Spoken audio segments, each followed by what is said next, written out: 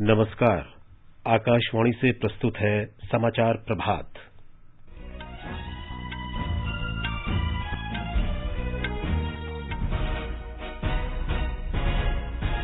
प्रधानमंत्री नरेंद्र मोदी ने देश में कोरोना वैक्सीन का उत्पादन बढ़ाने की कार्य योजना सहित कोविड महामारी की स्थिति की व्यापक समीक्षा की। रेलवे ने देश भर में विभिन्न राज्यों को 2500 मीट्रिक टन से अधिक तरल चिकित्सा ऑक्सीजन की आपूर्ति की। देश में अब तक 16 करोड़ 48 लाख से अधिक कोविड टीके लगाए गए। भारतीय सेना ने बिहार सरकार की मदद के लिए पूर्वोत्तर से 2 फील्ड अस्पताल पटना शिफ्ट किए। हरियाणा सरकार ने कोविड मरीजों के लिए फोन पर आयुर्वेदिक चिकित्सा सुविधा की शुरुआत की।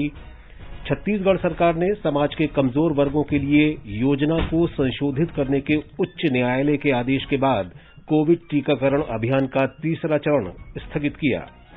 भारत ने कोविड वैक्सीन और दवाओं तक तुरंत और किफायती पहुंच के उद्देश्य से ट्रिप्स समझौते के नियमों में छूट के लिए अमेरिका का स्वागत किया। डीएमके नेता एम.के. स्टालिन आज सुबह तमिलनाडु के मुख्यमंत्री के रूप में शपथ लेंगे। एनआर कांग्रेस प्रमुख एन रंगासामी पुदुचेरी के मुख्यमंत्री का पदभार संभालेंगे। केंद्र ने 17 राज्यों को राजस्व नुकसान की भरपाई के लिए 98 अरब 71 करोड़ रुपए के अनुदान की दूसरी मासिक किस्त जारी की। और विदेश मंत्री डॉक्टर एस जयशंकर ने कहा, प्रधानमंत्री नरेंद्र मोदी और बोरिस जॉनसन की शिखर बैठक से भारत और ब्रिटेन के संबंध पुनः परिभाषित हुए।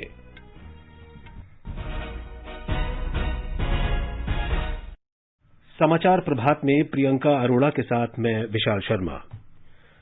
कोविड मरीजों की संख्या बढ़ रही है। श्रोताओं से अपील है कि कोई भी कोताही न बरतें। 18 वर्ष से अधिक आयु के सभी लोग निसंकोच टीका लगवाएं। सुरक्षा के 3 आसान उपायों का पालन करें। मास्क पहनें, 2 गज दूरी है जरूरी, सुरक्षित दूरी बनाए रखें, हाथ और मुंह साफ रखें। और अब समाचार विस्तार से। प्रधानमंत्री नरेंद्र मोदी ने देश में कोविड महामारी की स्थिति की कल व्यापक समीक्षा की। प्रधानमंत्री को विभिन्न राज्यों और जिलों में कोरोना संक्रमण फैलाव की विस्तृत जानकारी दी गई। उन्हें अधिक संक्रमित 12 राज्यों की स्थिति से भी अवगत कराया गया। प्रधानमंत्री को राज्यों द्वारा स्वास्थ्य सुविधाएं बढ़ाए जाने की जानकारी दी गई। प्रधानमंत्री मोदी ने राज्यों को इसके लिए आवश्यक सहायता और मार्गदर्शन उपलब्ध कराए जाने का निर्देश दिया। कोविड संक्रमण की रोकथाम के उपायों पर भी विचार विमर्श हुआ। श्री मोदी ने दवाओं की उपलब्धता की भी समीक्षा की। उन्हें रेमडेसिविर सहित आवश्यक दवाओं का उत्पादन बढ़ाने के बारे में जानकारी दी गई। प्रधानमंत्री ने टीकाकरण कार्यक्रम की प्रगति और अगले कुछ महीनों में टीके का उत्पादन बढ़ाने की कार्य योजना का भी जायजा लिया। उन्हें बताया गया कि लगभग 17 करोड़ 70 लाख टीके राज्यों को भेजे गए हैं। प्रधानमंत्री ने टीके की बर्बादी का राज्यवार ब्यौरा भी लिया। श्री मोदी ने टीकाकरण की गति तेज करने पर बल दिया। केंद्रीय मंत्री राजनाथ सिंह, अमित शाह, निर्मला सीतारामन, डॉक्टर हर्षवर्धन, पीयूष गोयल, मनसुख मंडाविया और अन्य मंत्री तथा वरिष्ठ अधिकारी इस समीक्षा बैठक में उपस्थित थे। समाचार कक्ष से अलका सिंह। प्रधानमंत्री नरेंद्र मोदी ने कल तेलंगाना, आंध्र प्रदेश, ओडिशा और झारखंड के मुख्यमंत्रियों से उनके राज्य में कोविड स्थिति के बारे में बातचीत की। सूत्रों ने बताया कि प्रधानमंत्री ने पुदुचेरी और जम्मू कश्मीर के उपराज्यपालों से भी कोविड स्थिति का जायजा लिया। रेलवे ने अब तक देश के विभिन्न राज्यों में 161 टैंकरों की सहायता से 2511 मीट्रिक टन ऑक्सीजन की आपूर्ति की है। अब तक 40 ऑक्सीजन एक्सप्रेस गंतव्य तक पहुंच चुकी हैं। अभी 22 टैंकरों से 400 टन से अधिक ऑक्सीजन ले जाई जा रही है। शीघ्र ही ये खेप मध्य प्रदेश, हरियाणा, राजस्थान और दिल्ली में पहुंच जाने की उम्मीद है। देश में कल तक 16 करोड़ 48 लाख से अधिक कोविड टीके लगाए जा चुके थे। 95 लाख से अधिक स्वास्थ्य कर्मियों को पहला टीका और लगभग 64 लाख स्वास्थ्य कर्मियों को दूसरा टीका लगाया गया। 18 वर्ष से 44 वर्ष तक के 2,62,932 लोगों ने कल कोविड वैक्सीन ली। इसे मिलाकर 12 राज्यों और केंद्र शासित प्रदेशों में इस आयु वर्ग के 11,64,000 से अधिक लोग टीका लगवा चुके हैं। टीकाकरण अभियान के कल 111वें दिन लगभग 23 लाख कोविड वैक्सीन लगाई गई। ये समाचार आकाशवाणी से प्रसारित किए जा रहे हैं।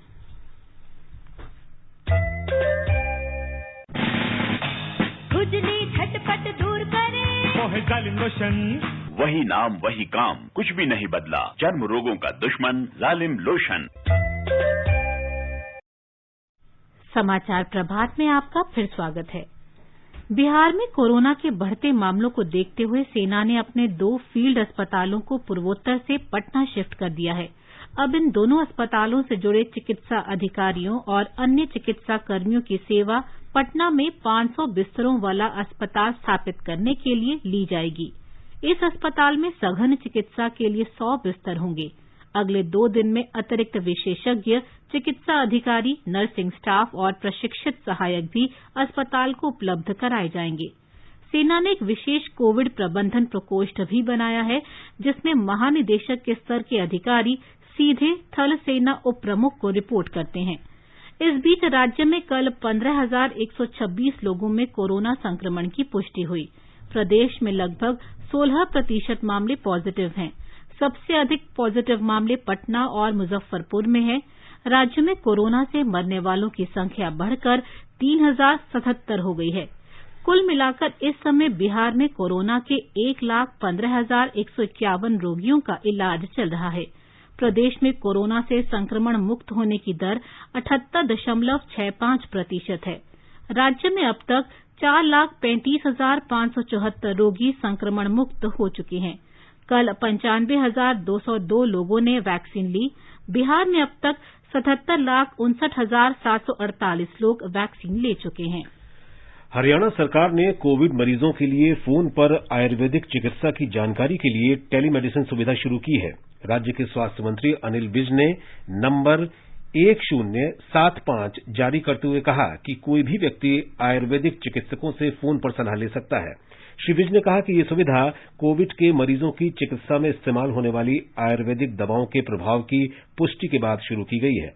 उन्होंने कहा कि इसके लिए एक कॉल सेंटर बनाया गया है। परामर्श के लिए वरिष्ठ आयुर्वेदिक डॉक्टर नियुक्त किए गए हैं, जो सुबह 8 बजे से रात 10 बजे तक सेवा प्रदान करेंगे। उन्होंने कहा कि टेली परामर्श आइसोलेशन वाले मरीजों के लिए भी लाभदायक होगा। आयुर्वेद व्यासपीठ की गुजरात इकाई ने राज्य में कोविड रोगियों की मदद के लिए आयुर्वेदिक चिकित्सक फोन पर सेवा की शुरुआत की है। इस सेवा के अंतर्गत 170 आयुर्वेदिक डॉक्टर कोविड रोगियों को फोन पर निःशुल्क सलाह देंगे। गुजरात इकाई के अध्यक्ष आयुर्वेदाचार्य डॉक्टर हितेश जानी ने कहा कि इस सेवा का उद्देश्य रोगियों को उचित परामर्श देना है, जिससे अस्पतालों पर भार कम हो सके। ब्यौरा हमारे अहमदाबाद संवाददाता से।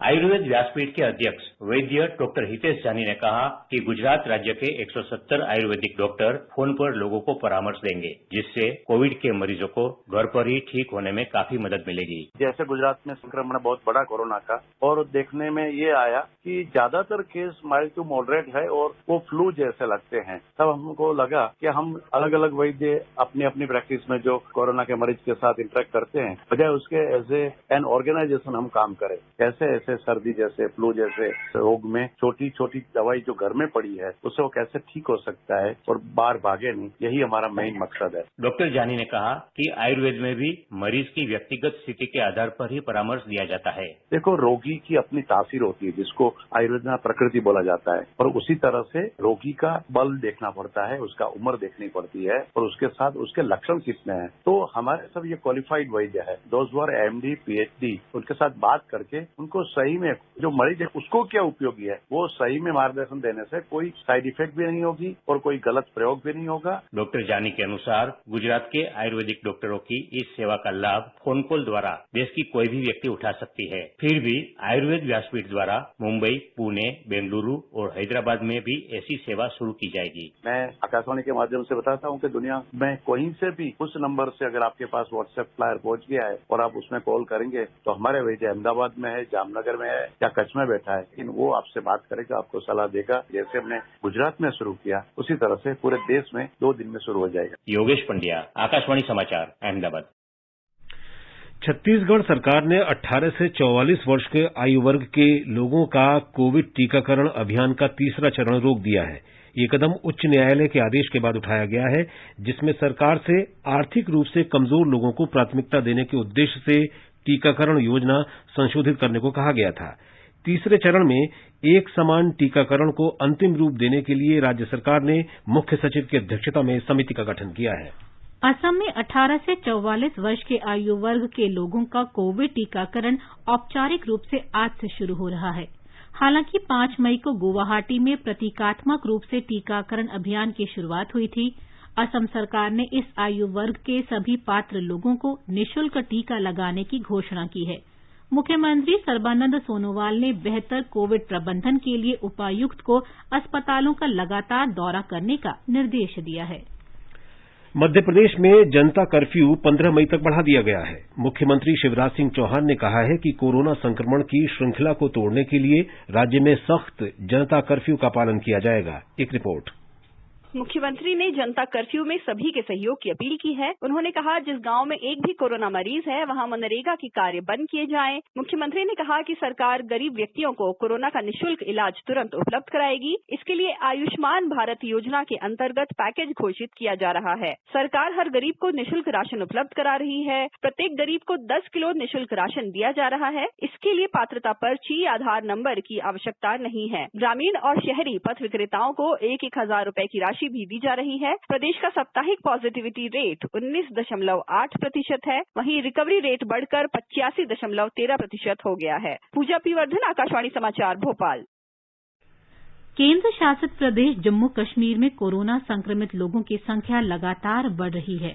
हमारे संवाददाता ने बताया है कि इससे बचाव के लिए अब लोगों ने योग, प्राणायाम और शारीरिक व्यायाम शुरू कर दिया है। मानसिक तनाव से निपटने में संगीत भी काफी लाभप्रद और कारगर साबित हुआ है। जम्मू कश्मीर में कोविड महामारी के मामलों में वृद्धि के कारण बड़े पैमाने पर आम नागरिकों में उत्पन्न होने वाले असंतुलित मानसिक तनाव और थकान को दूर करने की काफी आवश्यकता है। तदनुसार ईश्वर से प्रार्थना के साथ एक गीत जो कश्मीर घाटी के प्रसिद्ध गायक राजा बिलाल ने गाया है, हमें मानसिक तनाव को काफी हद तक कम करने के साथ साथ मंत्र मुग्ध भी करता है। आइए राजा बिलाल को सुनते हैं।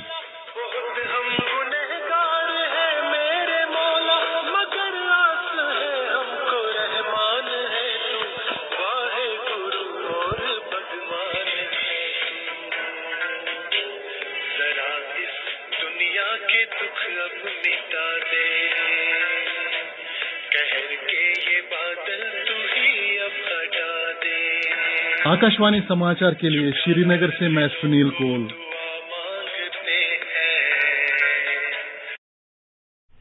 अखिल भारतीय आयुर्विज्ञान संस्थान एम्स दिल्ली के निदेशक डॉक्टर रणदीप गुलेरिया ने कहा है कि सीटी स्कैन और बायोमार्कर का दुरुपयोग किया जा रहा है और इससे नुकसान हो सकता है। कल नई दिल्ली में उन्होंने कहा कि अगर किसी व्यक्ति में कोरोना के मामूली लक्षण हैं तो उसका सीटी स्कैन कराने की कोई आवश्यकता नहीं है। डॉक्टर गुलेरिया ने कहा कि हल्के लक्षणों वाले रोगियों की सीटी स्कैन में ऐसी चीजें दिख सकती हैं जो समय के साथ अपने आप ही ठीक हो जाती हैं। सीटी कराने का कोई फायदा नहीं है, स्पेशली अगर आपको माइल्ड इलनेस है, आप होम आइसोलेशन पे हो और आपकी सैचुरेशन ठीक है और कोई ऐसे कोई लक्षण नहीं है। अगर हम एक सीटी कराते हैं, it is equivalent to almost 300 to 400 chest X-rays. और ये भी डेटा है, IAEA का भी, इंटरनेशनल एटॉमिक एनर्जी कमीशन का भी डेटा है कि बार बार स्पेशली यंगर एज ग्रुप में सीटी कराने से risk of cancer in later life increases. तो आप अपने आप को नुकसान ही ज्यादा करा रहे हैं जब उसकी जरूरत नहीं है, क्योंकि आप अपने आप को रेडिएशन एक्सपोजर कर रहे हैं और उससे बाद में कैंसर होने का चांस बढ़ सकता है। एम्स के निदेशक ने स्पष्ट किया कि मामूली लक्षण वाले रोगियों को किसी दवा की जरूरत नहीं है। उन्होंने कहा कि ऐसे लोगों के लिए आइवरमेक्टिन अथवा हाइड्रोक्लोरोक्विन दवा ही काफी है। आगे बढ़ने से पहले एक नजर मुख्य समाचारों पर। प्रधानमंत्री नरेंद्र मोदी ने देश में कोरोना वैक्सीन का उत्पादन बढ़ाने की कार्य योजना सहित कोविड की स्थिति की व्यापक समीक्षा की। रेलवे ने देश भर में विभिन्न राज्यों को 2,500 मीट्रिक टन से अधिक तरल चिकित्सा ऑक्सीजन की आपूर्ति की। देश में अब तक 16 करोड़ 48 लाख से अधिक कोविड टीके लगाए गए। भारतीय सेना ने बिहार सरकार की मदद के लिए पूर्वोत्तर से 2 फील्ड अस्पताल पटना में शिफ्ट किए। हरियाणा सरकार ने कोविड मरीजों के लिए फोन पर आयुर्वेदिक चिकित्सा सुविधा की शुरुआत की। छत्तीसगढ़ सरकार ने समाज के कमजोर वर्गों के लिए योजना को संशोधित करने के उच्च न्यायालय के आदेश के बाद कोविड टीकाकरण अभियान का तीसरा चरण स्थगित किया। भारत ने कोविड वैक्सीन और दवाओं तक तुरंत और किफायती पहुंच के उद्देश्य से ट्रिप्स समझौते के नियमों में छूट के लिए अमेरिका का स्वागत किया। डीएमके नेता एमके स्टालिन आज सुबह तमिलनाडु के मुख्यमंत्री के रूप में शपथ लेंगे। एनआर कांग्रेस प्रमुख एन रंगासामी पुदुचेरी के मुख्यमंत्री का पदभार संभालेंगे। केंद्र ने 17 राज्यों को राजस्व नुकसान की भरपाई के लिए 98 अरब 71 करोड़ रुपए के अनुदान की दूसरी मासिक किस्त जारी की। और विदेश मंत्री डॉक्टर एस जयशंकर ने कहा, प्रधानमंत्री नरेंद्र मोदी और बोरिस जॉनसन की शिखर बैठक से भारत और ब्रिटेन के संबंध पुनः परिभाषित हुए। भारत ने विकासशील देशों के लिए कोविड टीकों और दवाओं तक त्वरित और किफायती पहुंच सुनिश्चित करने के लिए बौद्धिक संपदा अधिकारों के व्यापार संबंधी पहलुओं के समझौते के नियमों में छूट के लिए अमरीकी समर्थन का स्वागत किया है। भारत को आशा है कि सर्वसम्मति आधारित दृष्टिकोण के साथ विश्व व्यापार संगठन में छूट को जल्द ही मंजूरी दी जा सकती है। कोविड महामारी को देखते हुए भारत और दक्षिण अफ्रीका ने पिछले साल अक्टूबर में विश्व व्यापार संगठन में बौद्धिक संपदा अधिकार समझौते के व्यापार संबंधी पहलुओं के कुछ प्रावधानों में अस्थायी छूट का प्रस्ताव किया था। उधर यूरोपीय संघ ने कोरोना वैक्सीन से पेटेंट हटाने पर विचार करने के लिए अमरीकी प्रस्ताव का समर्थन किया है। यूरोपीय आयोग की अध्यक्ष उर्सुला वॉन डेर लेयेन ने कहा कि यूरोपीय संघ इस प्रस्ताव पर विचार को तैयार है ताकि इससे दुनिया भर में वैक्सीन की उपलब्धता बढ़ाने के काम में तेजी लाई जा सके। दुनिया के 7 सर्वाधिक विकसित देशों के समूह G7 की लंदन में बैठक इस संकल्प के साथ संपन्न हो गई कि वे सस्ती कोरोना वैक्सीन के लिए मिलकर काम करेंगे। इस बैठक में मेजबान ब्रिटेन के अलावा America, France, Germany, Italy, Canada और जापान ने हिस्सा लिया। बैठक में चीन, रूस और कोरोना महामारी को इस समय की सबसे बड़ी चुनौती माना गया। एक रिपोर्ट। बैठक में जलवायु परिवर्तन और महामारी के बाद की स्थिति सहित दुनिया के सबसे अधिक ज्वलंत भौगोलिक और राजनीतिक मुद्दों पर चर्चा हुई। ईरान से उन विदेशी और दोहरी नागरिकता वाले लोगों को रिहा करने का आह्वान किया गया जिन्हें ईरानी जेलों में मनमाने ढंग से रखा गया है। G7 चीन की प्रतिरोधी आर्थिक नीतियों को रोकने और रूस की भ्रामक सूचनाओं का मुकाबला करने के सामूहिक प्रयासों को बढ़ावा देगा। समूह ने म्यांमार की सैन्य सरकार पर नई पाबंदियां लगाने की भी चेतावनी दी। इस बैठक ने अगले महीने दक्षिण पश्चिम इंग्लैंड के कॉर्नवाल में G7 नेताओं की बैठक के लिए माहौल तैयार कर दिया है। अमेरिका के राष्ट्रपति जो बाइडेन राष्ट्रपति बनने के बाद पहली बार किसी अंतर्राष्ट्रीय बैठक में शामिल होंगे। समाचार कक्ष से चंद्रशेखर शर्मा। तमिलनाडु में डीएमके नेता एमके स्टालिन को आज सुबह 9 बजे राजभवन में सादे समारोह में मुख्यमंत्री पद की शपथ दिलाई जाएगी। राज्यपाल बनवारीलाल पुरोहित उन्हें और 33 कैबिनेट मंत्रियों को शपथ दिलाएंगे। विधानसभा चुनाव में भारी जीत के बाद डीएमके राज्य में छठी बार सरकार बनाने जा रही है। सरकार कोविड महामारी की चुनौती से निपटने को प्राथमिकता देगी। इस बीच तमिलनाडु में कमल हासन की पार्टी मक्कल नीथी मय्यम के उपाध्यक्ष आर महेंद्रन और 7 वरिष्ठ सदस्यों ने कल पार्टी से इस्तीफा दे दिया। पार्टी ने अभिनेता शरद कुमार की पार्टी समाथवा मक्कलकाची के साथ मिलकर हाल में विधानसभा चुनाव लड़ा था, लेकिन पार्टी एक भी सीट नहीं जीत पाई और स्वयं कमल हासन भी हार गए। केंद्र शासित प्रदेश पुदुचेरी में आज राजनिवास में आयोजित एक सादे समारोह में एनआर कांग्रेस प्रमुख एन रंगासामी को मुख्यमंत्री पद की शपथ दिलाई जाएगी। उपराज्यपाल डॉक्टर तमिलसाई सौंदरराजन श्री रंगासामी को पद और गोपनीयता की शपथ दिलाएंगी। 3 बार मुख्यमंत्री रह चुके श्री रंगासामी चौथी बार सत्ता में लौटे हैं। इस बार वे एनडीए सरकार का नेतृत्व करेंगे। भारतीय जनता पार्टी गठबंधन सरकार में शामिल होगी। वह पहली बार सरकार में शामिल हो रही है। केंद्र ने वर्ष 2021-22 के लिए 17 राज्यों को राजस्व के नुकसान की भरपाई के लिए 98 अरब 71 करोड़ रुपए के अनुदान की दूसरी मासिक किस्त जारी कर दी है। वित्त मंत्रालय ने इसके साथ चालू वित्त वर्ष के पहले 2 महीनों में राज्यों के वित्तीय घाटे की क्षतिपूर्ति के लिए कुल 1 खरब 97 अरब 42 करोड़ रुपए जारी किए हैं। 15वें वित्त आयोग ने 17 राज्यों के लिए इस सहायता राशि की सिफारिश की है। विदेश मंत्री डॉक्टर एस जयशंकर ने कहा है कि प्रधानमंत्री नरेंद्र मोदी और ब्रिटेन के प्रधानमंत्री बोरिस जॉनसन के बीच हाल की वर्चुअल शिखर बैठक ने भारत और ब्रिटेन के संबंधों की रूपरेखा को फिर से परिभाषित किया है। उन्होंने कहा कि बैठक के दौरान स्वीकृत रोड मैप दोनों देशों के बीच संबंधों के विस्तार में नीति निर्माताओं का मार्गदर्शन करेंगे। श्री मोदी ने और श्री जॉनसन के बीच मंगलवार को वर्चुअल शिखर बैठक में दोनों देशों के संबंधों में अगले दशक के लिए महत्वाकांक्षी योजना पर सहमति हुई। प्रधानमंत्री नरेंद्र मोदी कल यूरोपीय परिषद की वर्चुअल बैठक में विशेष आमंत्रित के रूप में भाग लेंगे। भारत और यूरोपीय संघ नेताओं की बैठक की मेजबानी पुर्तगाल के प्रधानमंत्री अंतोनियो कोस्टा कर रहे हैं। पुर्तगाल इस समय यूरोपीय संघ परिषद का अध्यक्ष है। श्री मोदी यूरोपीय संघ के सभी 27 सदस्य देशों के राष्ट्राध्यक्ष या शासनाध्यक्ष के साथ बैठक में भाग लेंगे। बैठक में कोविड महामारी और स्वास्थ्य देखभाल सहयोग के अलावा सतत और समावेशी विकास को बढ़ावा देने, भारत यूरोपीय संघ आर्थिक भागीदारी मजबूत करने और परस्पर हित के क्षेत्रीय और वैश्विक मुद्दों पर विचार विमर्श होगा।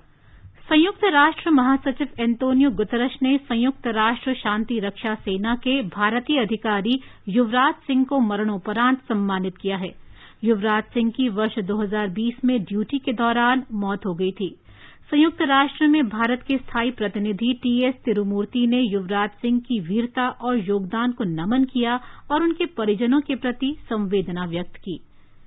विदेश मंत्री डॉक्टर एस जयशंकर ने मालदीव मजलिस के अध्यक्ष मोहम्मद नशीद पर हमले की निंदा की है। डॉक्टर जयशंकर ने उनके जल्द स्वस्थ होने की कामना की है। उन्होंने कहा कि श्री नशीद को ऐसे हमलों से आतंकित नहीं किया जा सकता। केंद्र शासित प्रदेश जम्मू कश्मीर ने पल्स ऑक्सीमीटर और ऑक्सीजन कंसंट्रेटर को औषधि श्रेणी में अधिसूचित किया है और इसके अधिकतम खुदरा मूल्य में अचानक बढ़ोतरी पर रोक लगा दी है। आकाशवाणी के जम्मू संवाददाता ने बताया कि इन दवाओं की बढ़ती मांग के कारण कीमत बढ़ने की कई शिकायतें मिलने के बाद ये फैसला किया गया।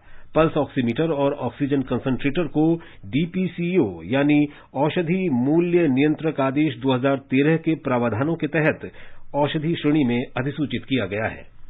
जम्मू कश्मीर के उपराज्यपाल मनोज सिन्हा ने पवित्र रमजान महीने के अंतिम शुक्रवार को जुम्मत उल विदा पर लोगों को शुभकामनाएं दी हैं।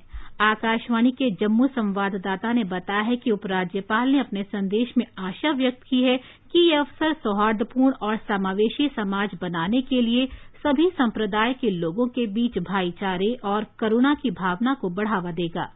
उपराज्यपाल ने लोगों से कोविड का फैलाव रोकने के लिए सभी उपायों और दिशा निर्देशों का पालन करने का अनुरोध किया। भारतीय पहलवान सुमित मलिक ने बुल्गारिया के सोफिया में विश्व ओलंपिक क्वालीफायर में पुरुषों की 125 किलोग्राम फ्री स्टाइल स्पर्धा के सेमीफाइनल में प्रवेश कर लिया है। इससे उन्होंने ओलंपिक में स्थान बनाने की भारत की उम्मीद कायम रखी है। यदि मलिक अपना सेमीफाइनल में जीत जाते हैं तो वे कोटे के लिए कतार में बने रहेंगे। प्रत्येक भार वर्ग में शीर्ष 2 पहलवान टोक्यो में 23 जुलाई से शुरू होने वाले ओलंपिक में स्थान बनाने के लिए पात्र होंगे। अगले दौर में मलिक का सामना वेनेजुएला के जोस डेनियल डियाज से होगा। ये समाचार हमारी वेबसाइट newsonair.com/hindi पर भी उपलब्ध हैं। और अब आज के समाचार पत्रों की सुर्खियों के साथ हैं प्रियंका जी। विशाल, कोरोना संक्रमण की तीसरी लहर की आशंका पर उच्चतम न्यायालय की टिप्पणी आज के अधिकांश समाचार पत्रों के मुख्य पृष्ठ पर है। जनसत्ता ने सुप्रीम कोर्ट के इन शब्दों को दिया है, कोरोना संक्रमण की तीसरी लहर के लिए तैयार रहे सरकार। बकौल नवभारत टाइम्स, कोर्ट ने पूछा, तीसरी लहर की चपेट में बच्चे आ गए तो मां बाप क्या करेंगे। वहीं हिंदुस्तान ने केंद्र सरकार को सुप्रीम कोर्ट के इस निर्देश को दिया है, ऑक्सीजन का बफर स्टॉक बनाए केंद्र। प्रधानमंत्री नरेंद्र मोदी द्वारा देश में कोविड महामारी की स्थिति की व्यापक समीक्षा को भी अखबारों ने प्रमुखता से दिया है। लोक सत्य ने प्रधानमंत्री के शब्दों को दिया है, वैक्सीनेशन की रफ्तार न रुकने पाए, अधिकारियों से अलर्ट मोड में काम करने को कहा।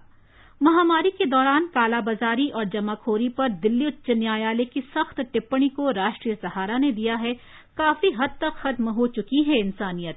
महामारी से एक साथ मिलकर लड़ने के बजाय लोग ऑक्सीजन दवाओं की कर रहे हैं जमाखोरी। राजधानी दिल्ली में 2 सप्ताह में 12% कम हुई संक्रमण दर दैनिक जागरण में है। अखबार लिखता है, सतर्कता बढ़ती गई तो 15 मई के बाद 10% तक गिर सकती है दिल्ली में संक्रमण की दर।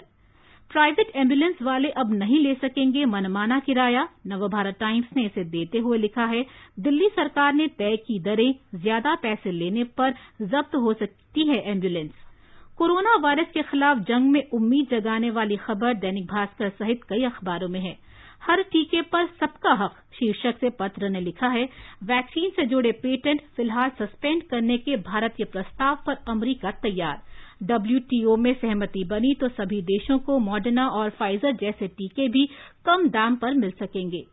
निर्वाचन आयोग पर मद्रास हाईकोर्ट की मौखिक टिप्पणियों को हटाने से उच्चतम न्यायालय के इनकार को अमर उजाला ने प्रमुखता दी है।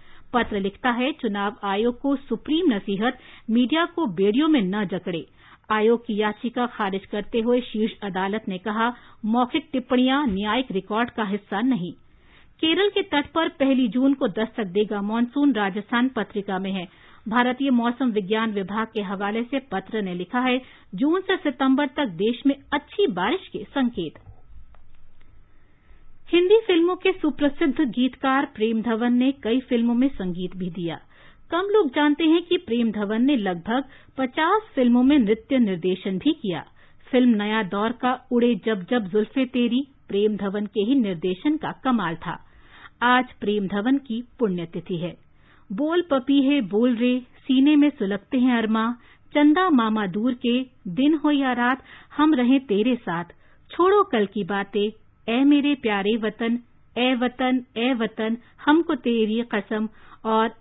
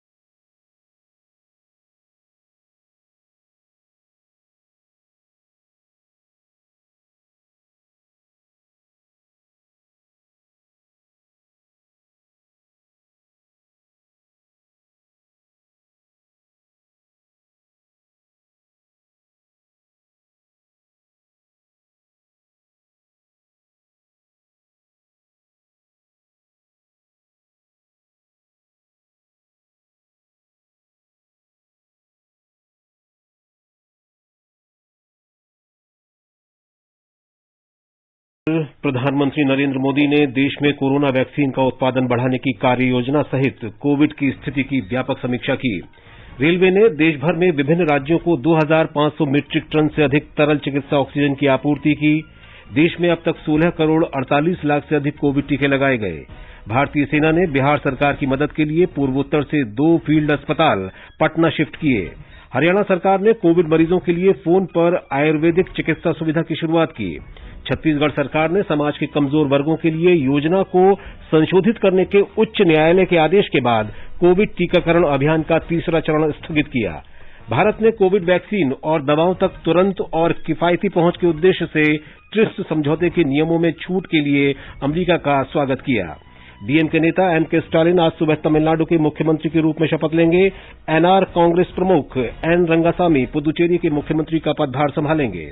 केंद्र ने 17 राज्यों को राजस्व नुकसान की भरपाई के लिए 98 अरब से 71 करोड़ रुपए के अनुदान की दूसरी मासिक किस्त जारी की।